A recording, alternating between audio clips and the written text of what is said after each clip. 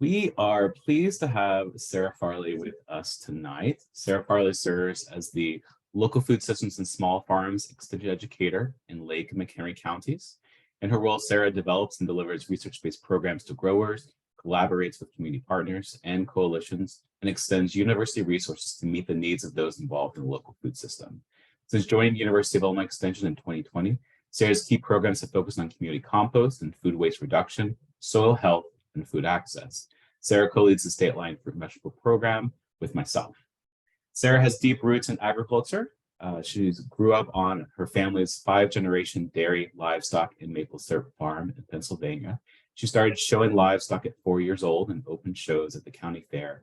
And through years in 4-H and other youth livestock associations, has raised goats, lambs, beef cattle, pigs, and horses, and exhibited at regional, state, and national shows, earning many awards. Sarah received her bachelor's degree from Penn State in animal science with an agribusiness management focus. While at Penn State, Sarah was on the collegiate livestock judging team, competing in all major U.S. competitions, including the National Western Stock Show, North American International Livestock Exposition, and American Royal. After a few years in industry, Sarah received a Master's of Science in Agriculture and Life Sciences, with her research focused on the Beef Quality Assurance Program, and was an extension educator with Penn State Extension and Virginia Cooperative Extension. Today, Sarah's family still raises show goats and cattle, and she continues to enjoy helping growers improve production practices and make informed decisions in their operations. So with that, please welcome Sarah.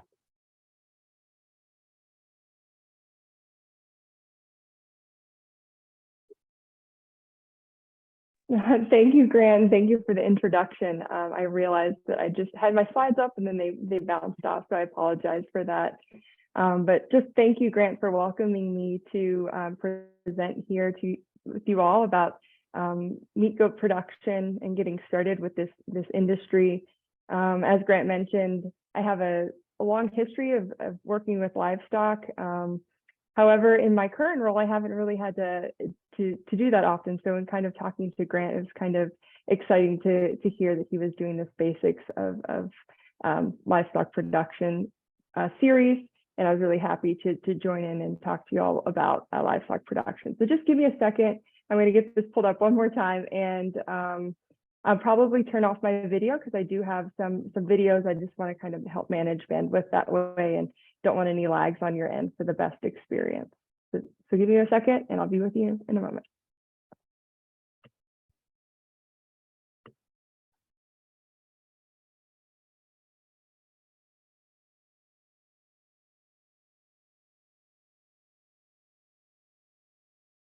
All right, I just need to find the screen share again. Haha.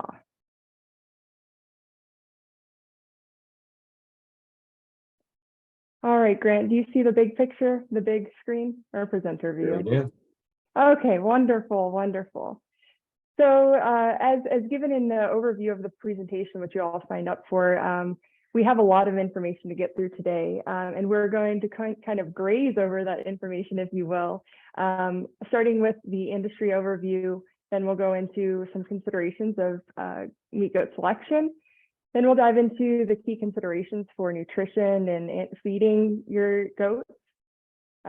We'll talk about herd health and some common diseases, common parasites to kind of look out for so you can help mitigate some of those issues.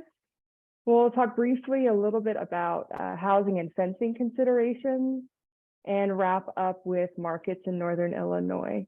I do have a number of resources throughout today's presentation.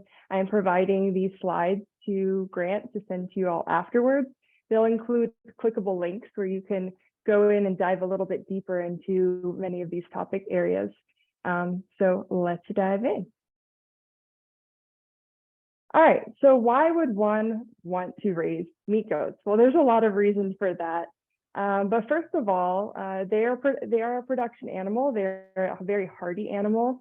Goats themselves have been domesticated for just about as long as dogs. So we've been using goats for a long time for a lot of the things that they provide us, such as edible and high quality meat, milk, hide. Many don't realize that goat meat is one of the leanest production agriculture meat options, even leaner than chicken and lower calorie than chicken. So 100 grams of goat meat has only 123 calories as compared to 160 in chicken and 163 in lamb.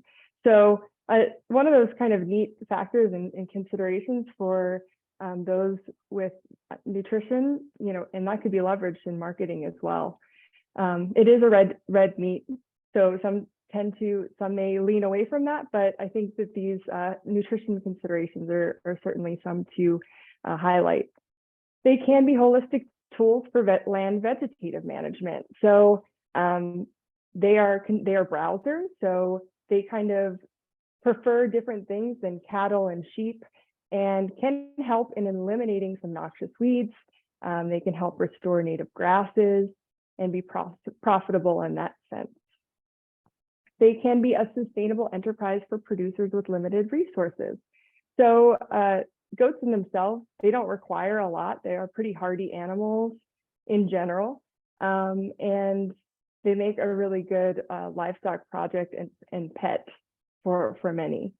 And on that note, they make great 4-H and FFA livestock projects. They're one of the fastest growing 4-H livestock projects that are out there. And this is referenced on the Illinois website as well, Illinois 4-H website. They're just a lot easier to handle. Parents do find them safer, especially for younger kids to kind of get started out with, as compared to something like cattle or raising pigs or something like that. When I was in a teenager in high school, it was easy for me to just load, when we're going to jackpot shows and that type of thing, just easy to load the lambs and goats on my own into the back of the truck in a popper or a small crate in the back of the truck. So easy to lift and move around. All you need is really a halter or a chain lead. I've even seen, when I was a 4-H educator in Virginia, we had goat weigh-in to kind of measure the average daily gains and those type of things for those 4-H livestock projects. And someone even brought their young goat in a crate in the back of their van. So again, they're very easy to haul around as safely. And they're good for the local food economy. It is cited that most goat meat is consumed locally.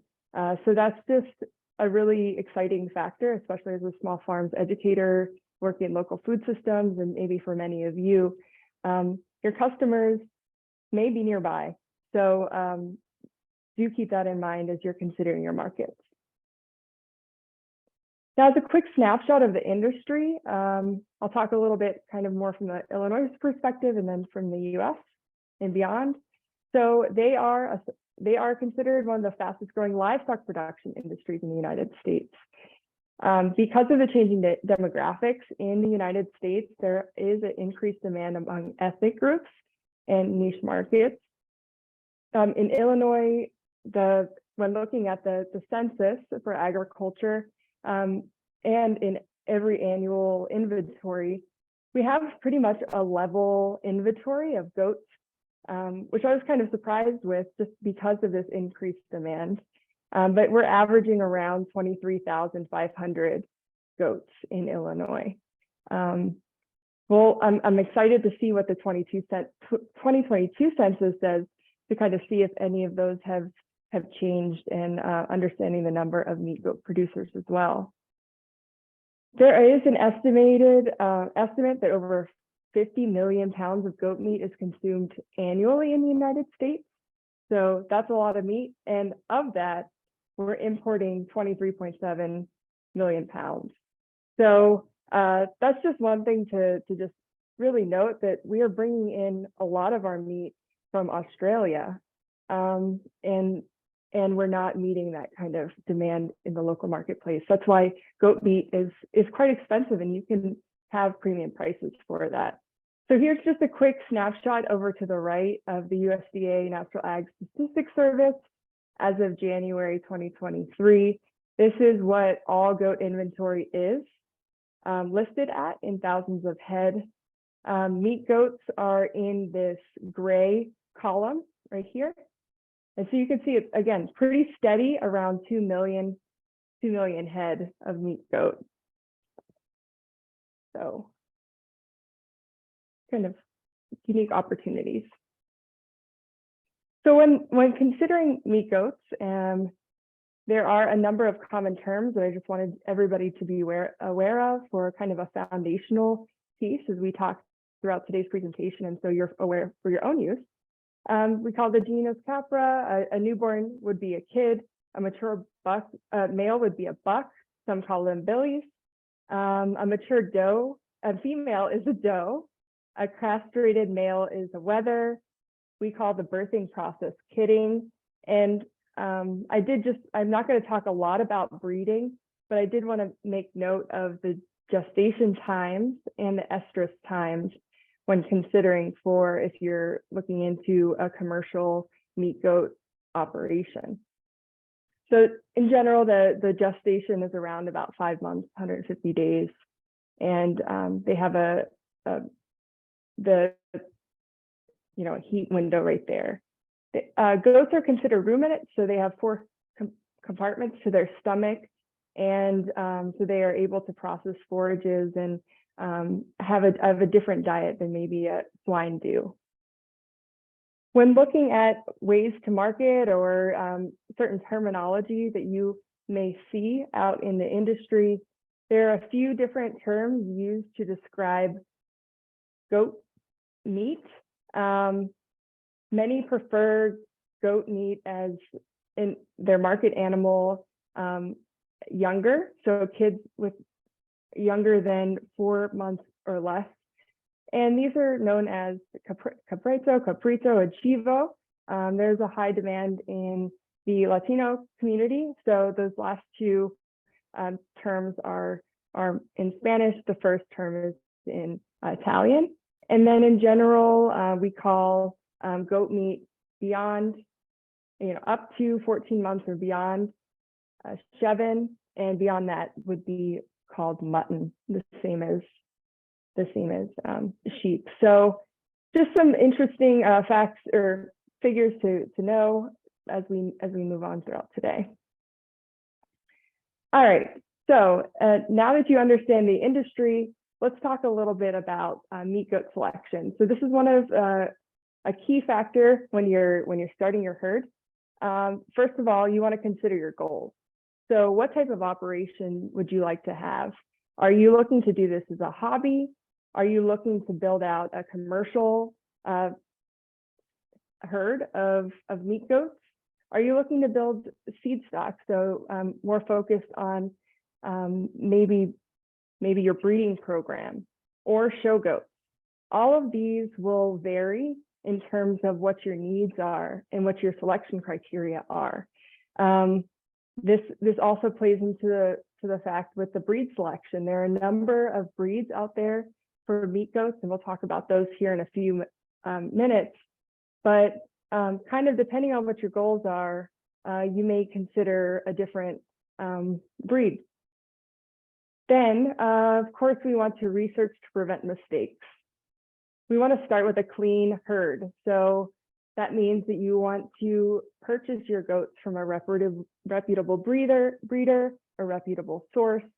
It is not advised to purchase your goats from a sale barn. Often, those goats that are heading to the sale barn are going to be culled because of problems in the herd, whether that be parasites, poor genetics, other factors there. Another thing you want to do is you want to make sure you're practicing good biosecurity to prevent disease from entering or other issues to enter your herd. So you would want to isolate those new goats in a separate pen, at least for 30 days. So they're not introducing anything into your herd because they will be stressed in a time coming into a new space. Sometimes overlooked, but a buck, especially in a breeding program, is one of the most important individuals for your herd, as they provide 50% of the genetics. Your doe will be the other 50% of the genetics, considering that you'll have that buck for a couple of years. That really only increases his impact on your herd. So definitely something to consider there. And then finally, you want to evaluate data for informed decision making. So there's different ways you can do that, and we'll talk about each one of these. You can look at performance data if you have access to that, pedigree information, that background of those parents, and finally, the visual appraisal. One of the most practical pieces to do, but is very important for making decisions with the selection of your herd. So I do want to just kind of make a note. There are some of these think icons here throughout the presentation, just to kind of pick up on some of these key points and things not to forget. So again, by considering your goals, you're knowing your market, and you would want to prioritize those profitable traits in the selection. All right, so let's look at goat breeds. Currently, we know that there are over 200 breeds of meat goats, or of goats in general. I just am including, because of the time we have today, 4 popular breeds among meat goats. The most common, I would say, and most predominant is that of the boar goat in the top left corner. They originate from South Africa, and they're heavy muscled, and they produce really lean carcasses. They're polyestrous as well, which means that they can breed throughout the year. And given good management, they can rebreed while still nursing, and they're highly versatile in the herd. Their color patterns are probably one of the most common color patterns you'll see among meat goats, with the dark brown head and white body, with some other markings throughout. Another popular breed is that of the Kiko. The Kiko in the top right, they originated from New Zealand and were selected for survivability and growth rate. These Kikos make really good mothers, and they're not really any kind of common patterns when it comes to identifying Kikos, but they do produce consistently lean, well-muscled goats with a slightly larger frame, and they do have the ability to survive under a wide range of climate conditions. So they make a good mother, especially. They're usually pretty good milkers for among meat goats. The third I have listed here is the Spanish goat. We call them Spanish because they were likely brought over by the Spanish colonizers around the time of 1540 in the US. And likely they came over by ship and were used as a main meat source for surviving across that long voyage. Many of them were released or got loose when they arrived and became feral. So they're one of kind of the everything other goats, I guess you can say. And they do tend to have smaller udders because when they were wandering in the South, a lot of their udders were cut up by cactus and thorns and those type of things. And they're really known as to be brush goats too. So their body type, ear shape, horns, whatnot, are again not consistent. The final breed I have shown here is the Myotonic. These are also known as the wooden leg goats or stiff leg Tennessee fainting goats. They're one of the few indigenous goats to the US. And they also have a market as pets because they're pretty unique.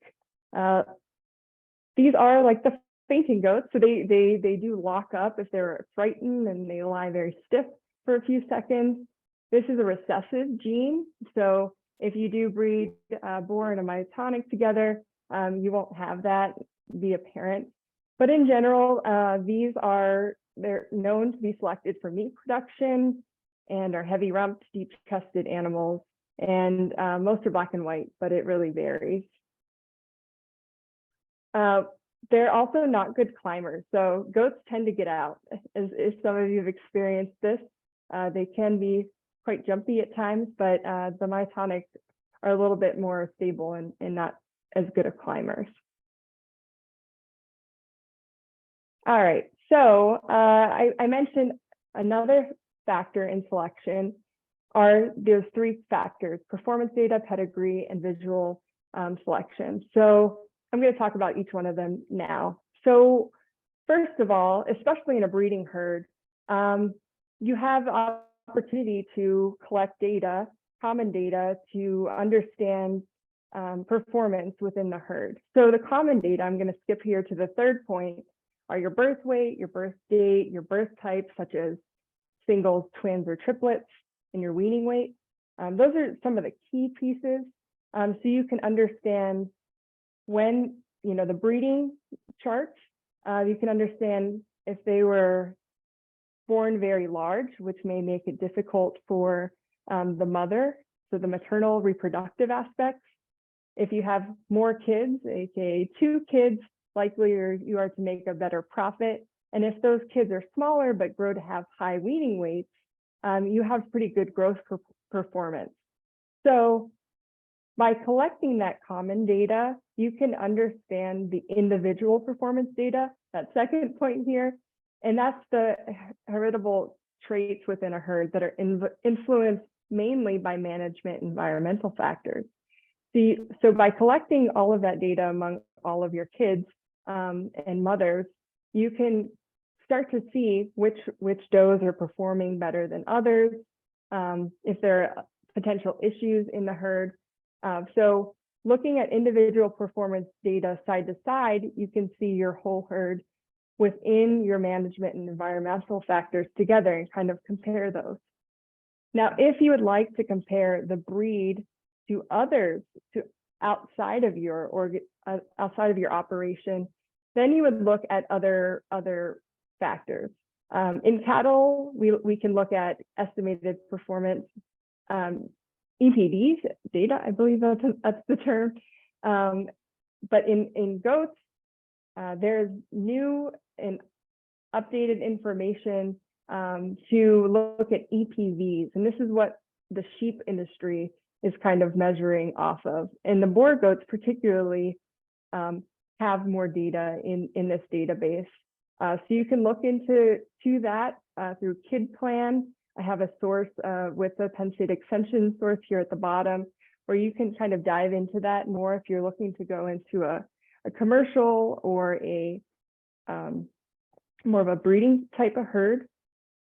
But I do want to mention this figure to the right here, the profit pyramid, because there is a certain hierarchy that you should consider that's foundational to if you're looking to make money, which is what I hope many of you are here to join, to learn about. Some of you, I understand, may be hobbyists or 4-Hers just looking to just gain some general information. But I did want to point out that at the very basic level, reproductive efficiency is one of the most important factors contributing to profitable meat production, but it's difficult to achieve because of low heritability. But you do want to select goats for a good growth rate, and that should be fairly easy because of those high heritability growth traits that I mentioned in the common data. By selecting for growth rate, reproductive efficiency, and environmental availability will be the greatest way that you can improve that production efficiency. So again, just wanted to point that out. More pounds of product, the faster growing animals, the more likely you will be profitable. Pedigree, that's going to hop into this section here. That's looking at the parentage or breeding history of an animal. Again, this might be really popular if you are in more breeding stock or show stock world. All right, the third component, visual appraisal. When you're out selecting goats, you want to make sure that they have a good structural correctness, heavy muscled, capacity, both so they can carry more pounds of product, have a nice style and balance, growth potential, and conformation. So I did a little recording here on my iPad just to kind of show you some factors so you can kind of see what are some things to consider comparing 2 different livestock to each other. The loin is one of those, carries more pounds of product and usually a higher value aspect. So that's definitely something that you want to make sure you have more of a width of loin, equal length of front saddle and hind saddle.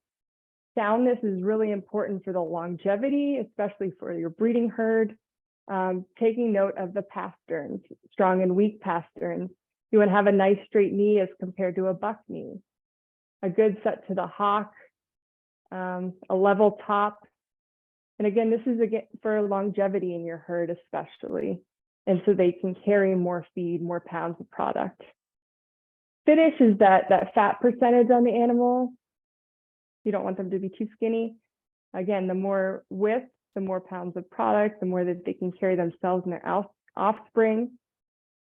When we look at balance, this is, again, a structural component.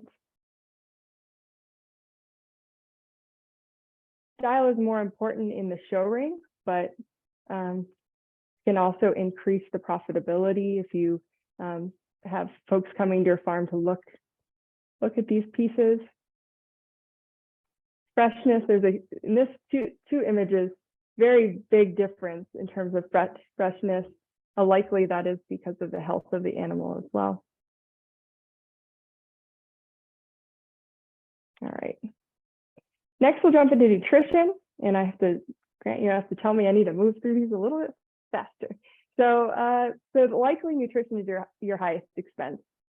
So do make note of that. It's roughly 60% of the production cost. So aside from the cost of your animal, this is one of your more expensive things. So like humans, goats do require many of the same components, but we'll take in different components kind of based on their needs as ruminants. Energy in terms of calories, protein in terms of percentage and that nitrogen component. They need different vitamins and minerals, fiber, and water. Your nutrition requirements will vary based on the age of your animal, based on where they are in their growth, if they're pregnant, lactating, if you have them in a more of a confined space, or if they're out grazing, that activity level will determine the number of calories needed or energy needed in their environment. So there's a wider range in terms of rate of gain for goats, kind of depending on what your goals are. So you can feed your animal differently, kind of depending on what your goals are, and I'll talk about those a little bit later. I do want to highlight again that goats are browsers. So they like to browse or graze at chin level. They like taking the tops off of plants, eating the seeds. They like reaching up for leaves, twigs, and shrubs over grass. So they do make a nice companion co-grazer on different pastures. Here are some key pieces to your goat's nutrition. I'm not going to dive too deep into the pasture, forbs, and browse because Doug went over a lot of these pieces last month with the Getting Started with Grazing presentation. So I hyperlinked that here. If you missed that, you can go back and watch it. Hay, you definitely want to supplement hay, especially in the winter months. Hay does provide a moderate source of protein and energy. Those legumes like your alfalfas, whatnot, tend to be higher in protein, vitamins, and minerals than as compared to grass hays. Concentrates, or like the feed, like the bags of feed or the pellets of feed that you might find, these tend to provide nutrients that forage can't provide alone. Now, I'll step back to kind of say, goats can survive out there without additional feed. They can get much of their vitamins and minerals out there, but by providing supplementing with feed, this will certainly provide more of the nutrients, so you'll have higher performance of that animal that will get you to some of those baseline components a little bit faster. And with young goats, with kids, you may consider creep feeding those to increase that growth rate and weaning weight. Vitamins and minerals, again, they're important. The more important minerals are your salt, calcium, and phosphorus. You want to be careful, especially with that calcium and phosphorus with male goats, because there are some risks involved if you get that ratio off. So that's a 2-to-1 that you want to be looking out for. They do need vitamins in small amounts. So those are the A, D, and E vitamins. Other things that we can't produce, they can produce other vitamins basically because they are ruminants. So their digestive system is different than ours. So they're able to produce those others. So usually a free choice is recommended to supplement their nutrition needs. And lastly, but definitely not least, is water. It is very, very important to have free choice access to clean, fresh water. This is often overlooked, and it is the cheapest. Often water is the cheapest resource that you can provide your goats. And it's especially needed during lactation, during hot months. In the winter, having a reasonable temperature to that water is not too cold, so they don't use excess energy to warm up their bodies to take that in. So we definitely want to make sure that they have free water and are drinking at least 3/4 to 1.5 gallons per day. Here's a quick snapshot of the nutrient requirements for meat goats. It will vary depending on where they are in their stage of growth and if they are a young goat, doe, or a buck. So you can see here in the chart that the varying needs in the herd, the protein percentage, the total digestible nutrients will vary.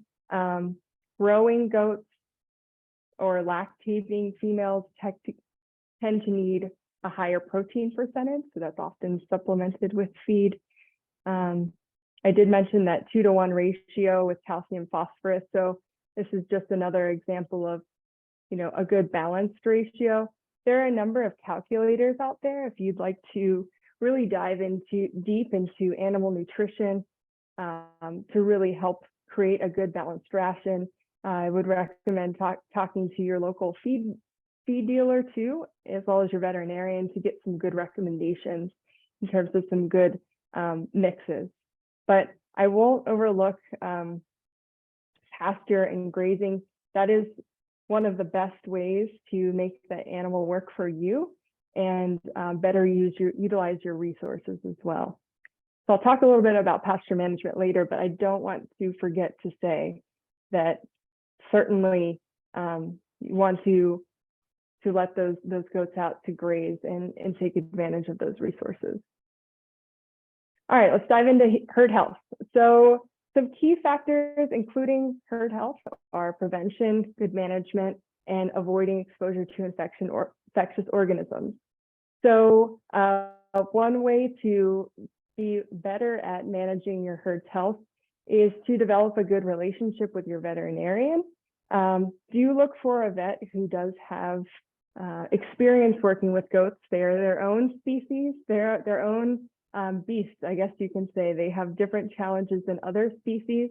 It's recommended to use a veterinarian that's within 50-mile radius from you, so they understand the local issues and can speak to other challenges that other producers might be experiencing. In working with your vet, they can help provide proper vaccination schedules, can assist you with your disease management plans. If you plan to dehorn or do castrations, they can provide advice or help you with that. And again, like I said, look over those dietary considerations. If using any type of medications in your herd, always follow that label, especially with your making note of the route. Most of the time you're going to want to use subcutaneous. Sometimes you'll need to use intermuscular, but if given the option, always use subcutaneous, especially in a meat herd, as that will give you more product in the end and not go into that potential meat zone. And always, I don't have the image here, but always aim for that neck region or follow what the label has to say. And follow the storage dosages and withdrawal times. Sometimes, very rarely, your veterinarian may provide you with an off-label type of example. And so then you would just follow the guidance of your veterinarian. Having a good vet-client relationship also ensures consumer confidence in food products you produce. Likely many of you on our call are considering smaller herds, but as you expand your operation, that could be an area of question. So I just wanted to emphasize that as well. Always, one of the best ways to have a healthy herd, though, is to practice good management. And I took out a whole section of management because management is trickled into every piece of this presentation. So because you have the ability to make modifications and pay attention to some of these factors. So prior planning prevents poor performance. Those are 5 P's you can consider for herd health. One of all the predators, goats do have predators. If you have outdoor fencing systems, you may experience predators with coyotes, dogs, other critters. But the one that will kill the goats more than others will be your internal parasites. So this is the one thing you want to make sure you get in control. So parasites exist kind of anywhere. They're going to be in the soil. They're going to be in the abomasum and will be passed through feces. And those feces will develop and those larvae will move up grass, will be in the pen, and will likely get into the contact with the goat's mouth and allowing them to ingest them. So pasture management is one of those key pieces that I'm going to emphasize today. But I just kind of wanted to give you a big picture of how these internal parasites cycle through the goat's system and are present and are always going to be an issue, especially in cooler, wet areas. So just wanted to show that. And there are 2 key internal parasites I'm talking about today. One is the barber pole worm, that this is its life cycle. And then the second is Amira, aka coccidiosis. Coccidiosis is opportunistic in that it infects goats often when they are stressed. And this happens likely around the time of weaning or lactation. So proper sanitation management is key here in managing coccidiosis. So by having kind of clean pens, dry pens, cleaning out messy pens and adding supplemental straw and whatnot into their bedding is really important. Here are some key factors you can look out for signs. One of the key one is that it can cause diarrhea. So here's just an example of those poopy butts that you might see and something that you can look into. One way is that you can kind of see the signs of or identify the signs of issues are looking at the mucous membranes or collecting fecal samples. So here is just an example, or here's a slide just to show you about ways you can prevent some of these internal parasite issues in your herd. So again, I mentioned that goats are susceptible while lactating or at weaning. So these periods of time where they are really stressed are experiencing a lot of new things, especially the little ones. One way that you can check and monitor this in your herd is by working with your vet to collect fecal egg counts. This can be done before and at 10 or 14 days after deworming. During that period of after worming, it's recommended to put them in a dry lot so you can kind of monitor and manage that situation. We already went through selection, but one way that you can manage parasites is selecting animals that are parasite resistant or keeping really good records of which goats are providing you with the biggest challenges. 20% of the goats in your herd are likely to cause 80% of your worm problems. So do make note of that. And as I mentioned, pasture management is going to be key. Here's one chart that you can use to kind of scale to understand how infected your goats are. So the whiter the eyelid is, the closer they are to anemia. So the worse they are in their situation. So a lot of times it's a good practice to go through and use this Komatsu scorecard to place that up next to your goat's eyelid, just to kind of see where they are. Make a note of that, marking them as 1, 2, 3, or 4, or 5. And those goats that have higher numbers, again, those can be that 20% that you may consider culling out of your herd. Here is a slide on parasites and grazing systems. Again, I'm not going to go too deep in this because of time and because of the previous presentation, but you really want to consider your number of goats, your stocking density, and your forage species. Co-grazing could be a good tool, especially with cattle, because cattle or sheep prefer grasses, while goats prefer browsing, for those leafy brush type of things out in the field. So do note that, and then always practice good pasture rotation to keep those infections down. Because of time, I'm going to kind of zoom through these. You guys are welcome to take a good look at these common diseases. But here are some diseases that you may experience and that you can vaccinate against in your herd. All right, let's jump into facilities and fencing. So goats do require shelter protection from the stress factors. Those stress factors, again, will help you manage the herd health. Those are, rain, wind, and cold, things that we definitely have up here. So here are the 3 different types of facilities that you might consider. One is an open housing, meaning that it's a 3-sided shed, often open to the south side, with a sloped roof for that water drainage. Another option is confined housing, so keeping your goats inside. That's probably a common practice here in Northern Illinois. When you have this, you do want to consider proper air circulation. You need ventilation, you need air moving, or you'll have some pretty sick goats too. So I did provide a resource in the bottom right of North Dakota State University has examples of building plans should you decide to build your own. And there are also a number of really great resources out there that show you different examples of confined housing.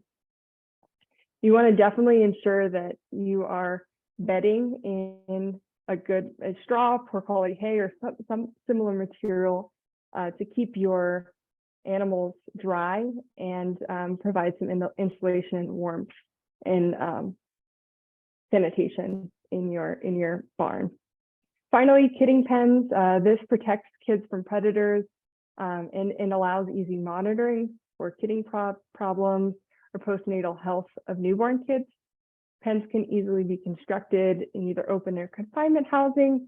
So there's different sizing considerations. One thing I will mention at this top, I found this kind of funny in some Oklahoma State University resources. They said goats have been called the Houdini of the animal kingdom. They're extremely intelligent and will, on any occasion, manage to escape from whatever appears to be goat-proof. So that's going to take us into our next slide with fencing. So there are a number of fencing options you can consider. Goats do require tight fencing. So a simple fence, it could be a perimeter fence, so just something around the outside. You may choose to have high tensile fencing. I'll have a picture of that here in the next slide. We want to make sure that it is 6 to 8 inches near the ground, and you have 8 to 10 inches at the top strands. And you will want to have some electric in those fences as well, just to keep them in, keeping smart goats. You have another option of woven wire, an electronet, woven wire, woven high tensile fixed knot, interior fences, or 2 or 3 strands of wires with tread-in posts. So just because of the time we have today, I'm not going to go into deep in these, but I did include a clickable link here at the bottom to learn more about fencing and some images that you might consider. Here's just an example from Penn State Extension of a high tensile electric fence and the spacing requirements that you might consider, and which line does have, or which wire does have electric versus no electric. One thing you want to be aware of in any of your fencing systems is just if your goats have horns, which many of them likely will have, if they can get stuck. So that's why I want to really make sure that spacing is appropriate.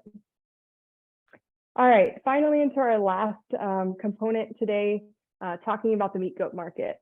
So meat goats are very different, and the market is very different than any other U.S. livestock industry. It's just kind of like a little bit like the Wild Wild West. It kind of feels in reviewing the literature.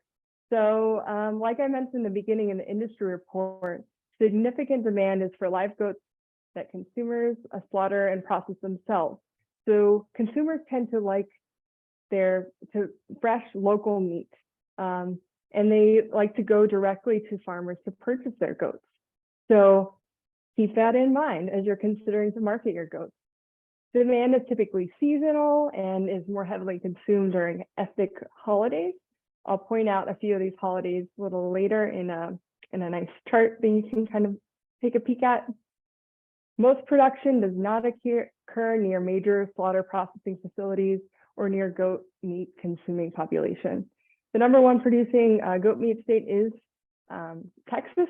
So this is more of like a US statistic here, but a lot of the goat meat consumers are on the East or West Coast, or maybe for us up here around the Chicago market. So do make note of that.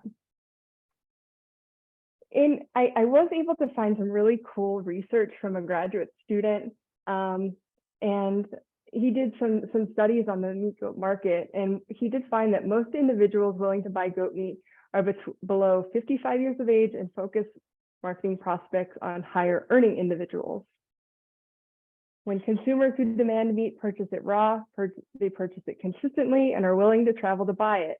The research shows that 60% of his survey respondents were willing to travel up to 20 miles to purchase goat meat, while 34% were willing to travel further than that. So pretty cool opportunity considering where we're located in Northern Illinois. Folks do like certain labels on when their meat is marketed, particularly organically raised, locally grown, or grass-fed. So they're willing to pay more for some of these labels. So if I understand that some of these certifications are kind of hard to get and may not be worth it, but there are some labels that maybe are worth looking into. And then finally, promoting goats fresh weight and quality, again, that I mentioned in the industry overview, is really helpful in enhancing a positive perception of goat meat. Here are some of our options in Northern Illinois. You may choose to direct market, whether that be directly off the farm, with a restaurant, selling wholesale. This is your best option to maximize profit. So folks may want to slaughter on the farm, depending on their neighbors. Recognize your market. I did kind of copy this from another slide, so from a previous colleague. So I just wanted to make sure to note that. We do have livestock auctions around that we're able to get pricing from. However, they're about 3.5 hours each way from Rockford, kind of being more of a central point in Northern Illinois. So you have the Shipshewana in Indiana, and then the Kalona in Iowa. So those you can look online on the USDA website on weekly pricing from those markets to kind of get a better picture. Of course, off the farm, you can purchase or buy from producer sales and online auctions. Here's a quick map or graph of the type and quality of meat goat demanded during ethnic holidays. Again, goat meat is popular among ethnic communities, particularly Middle Eastern, Caribbean, Hispanic countries.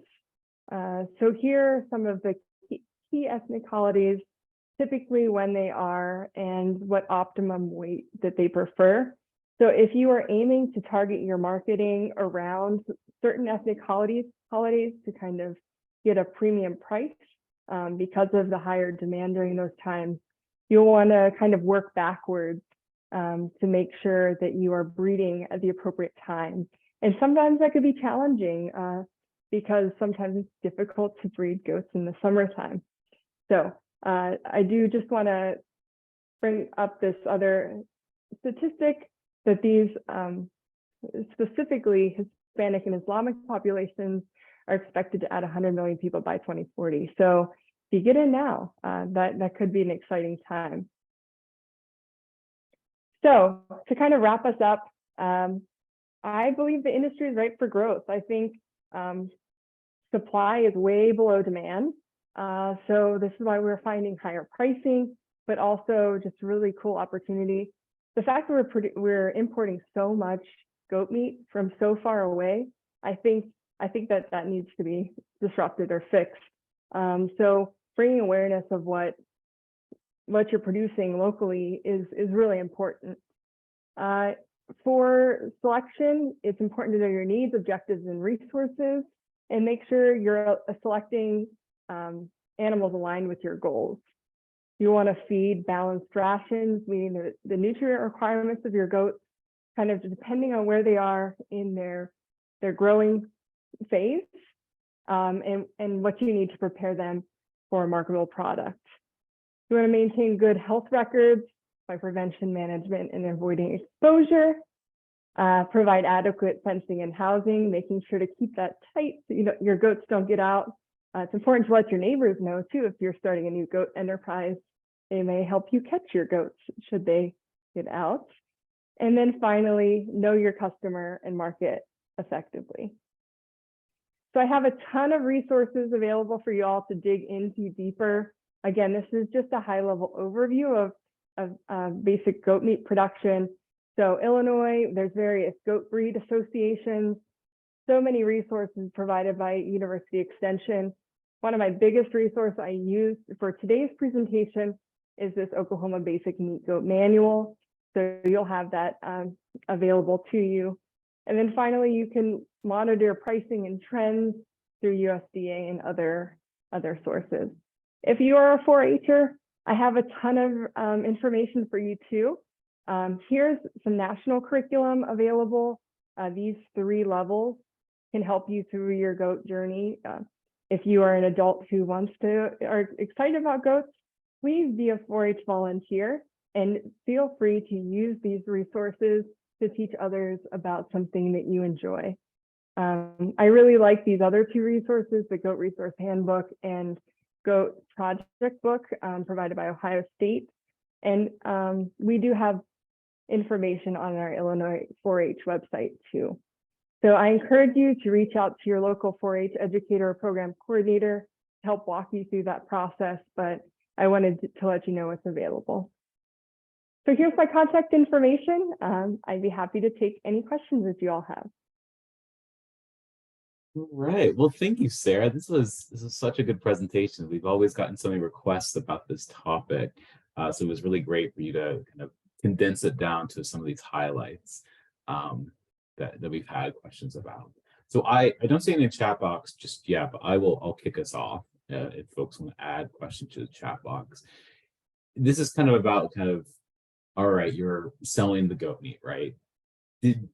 Is there any sort of do you find like the market there is for kind of selling the whole goat, or is it that folks are more interested in different cuts and then purchasing those individual cuts?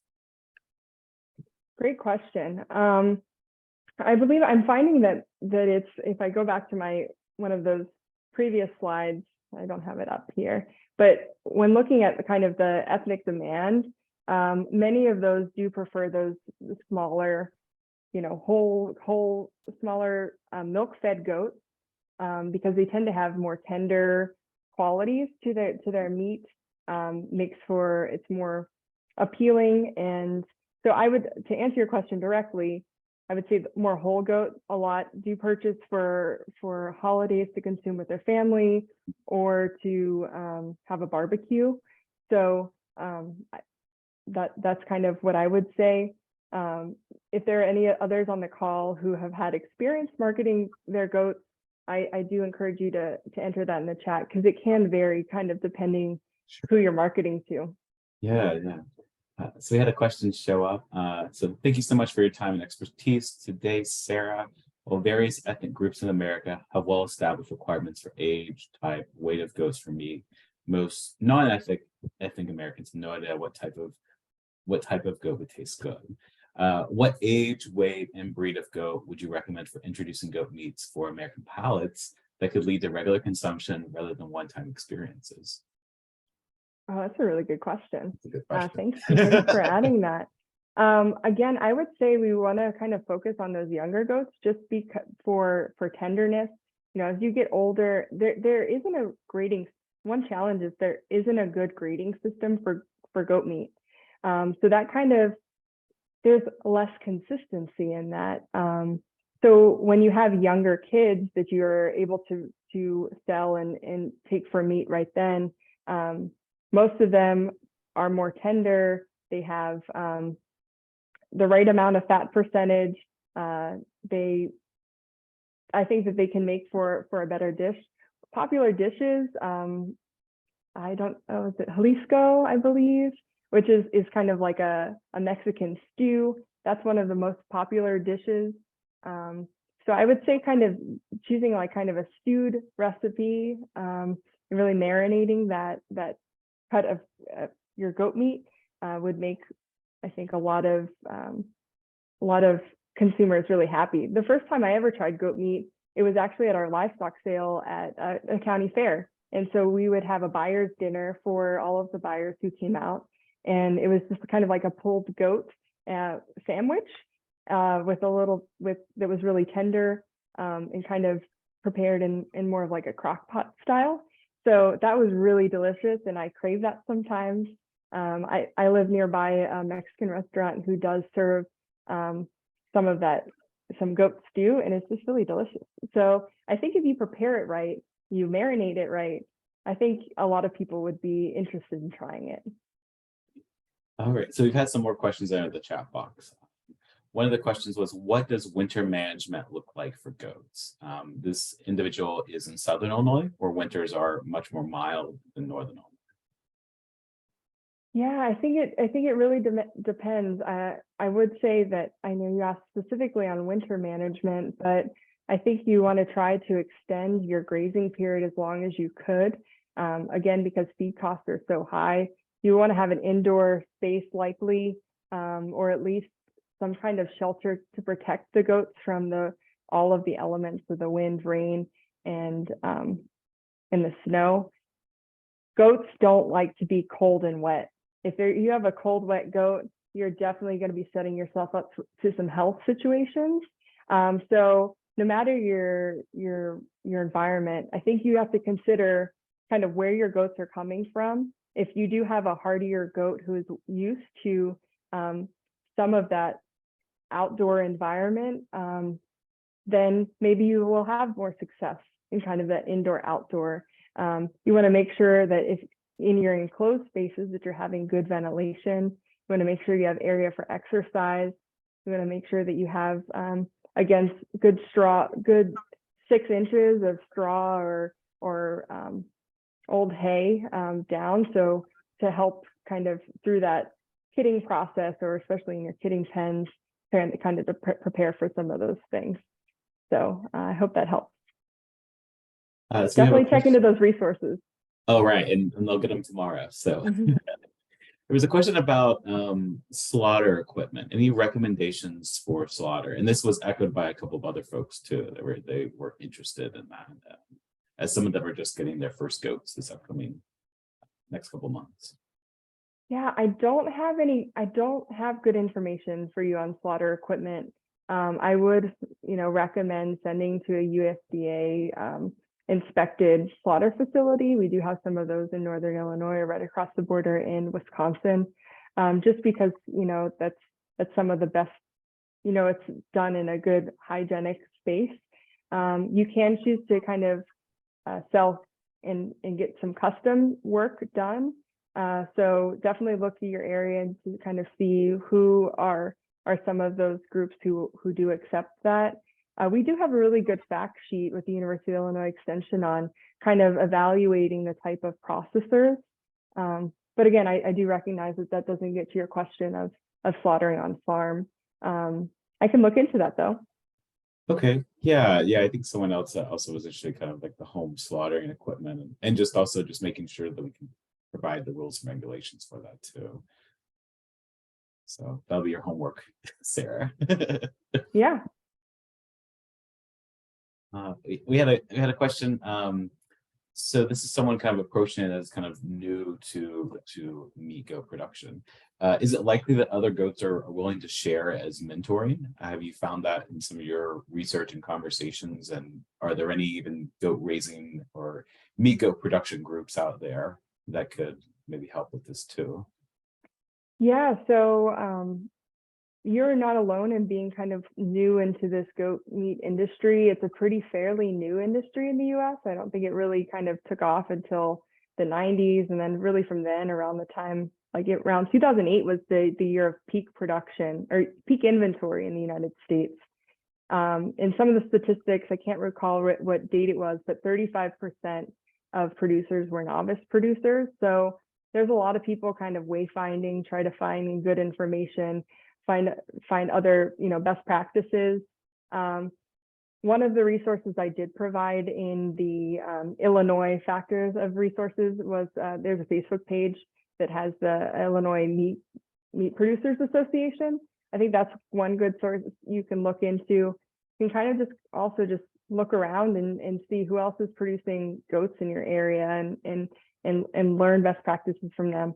Your veterinarian might be able to help connect you to folks as well. So, and it's probably one of your most credible sources in kind of managing, like I mentioned, herd health can be challenging, especially with internal parasites. So kind of managing those things too.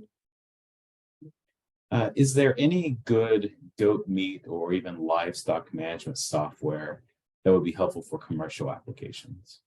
Definitely, yes. There are quite a few different examples. Oklahoma State University has some spreadsheets that just, Excel, old school platforms where you can kind of enter your data and really manage and filter that way. I mentioned KidPlan is a good thing that you can use to kind of monitor EPVs. But as high tech or as low tech as you want to go, as long as you're keeping good records, some folks just keep one of those flip pads in their back pocket, making note of observations that they're seeing in their herd, making note of those common data points like your birth weight, your weaning weight, those factors, and then entering them into their own spreadsheet. So again, dive into those resources that they provided, and if there's something that you're not able to find, do shoot me an email and I'd be happy to help you out. Okay. And we've got one, this will be our final question for the night, which is a big, big question, I think. Can meat goat production be reasonably profitable? I think it can. I think it can. I think it really depends on, some pricing you're able to get in on the front end on a good herd. If you're able to kind of keep them healthy, that will help you. If you're able to practice good rotational grazing, that will help you with some of your feed costs. If you have a good market, it all depends on your market. If you're able to market really well, if you're able to find that niche market, or you're able to find that community member who is that person who wants to consistently consume goat meat and just has a hard time finding out in the grocery stores.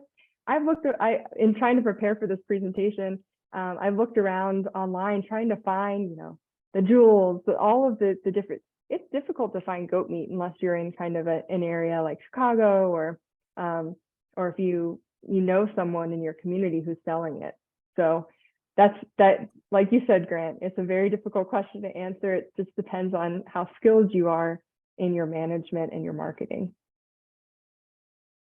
Well, thank you so much. I think certainly what we've seen in the chat box is a lot of enthusiasm for this topic, and we're really happy that we have been able to provide such an important topic for you all here tonight, and to provide a new connection for you as you get going in your goat journey, if you're already on your meat goat journey too. So thank you again, Sarah, for being a part of the series this month. Next month is going to be our last of the series, which kind of culminates in everything we've tried to talk about these last couple months. It will be on farm scale manure management with Jay Solomon on Thursday, April 13th. I'll send a link out to you all with that in tomorrow's email. And as mentioned, we'll provide tonight's handouts, resources, as well as the recording of tonight's presentation. With that, thank you all for joining us tonight, and have a great evening.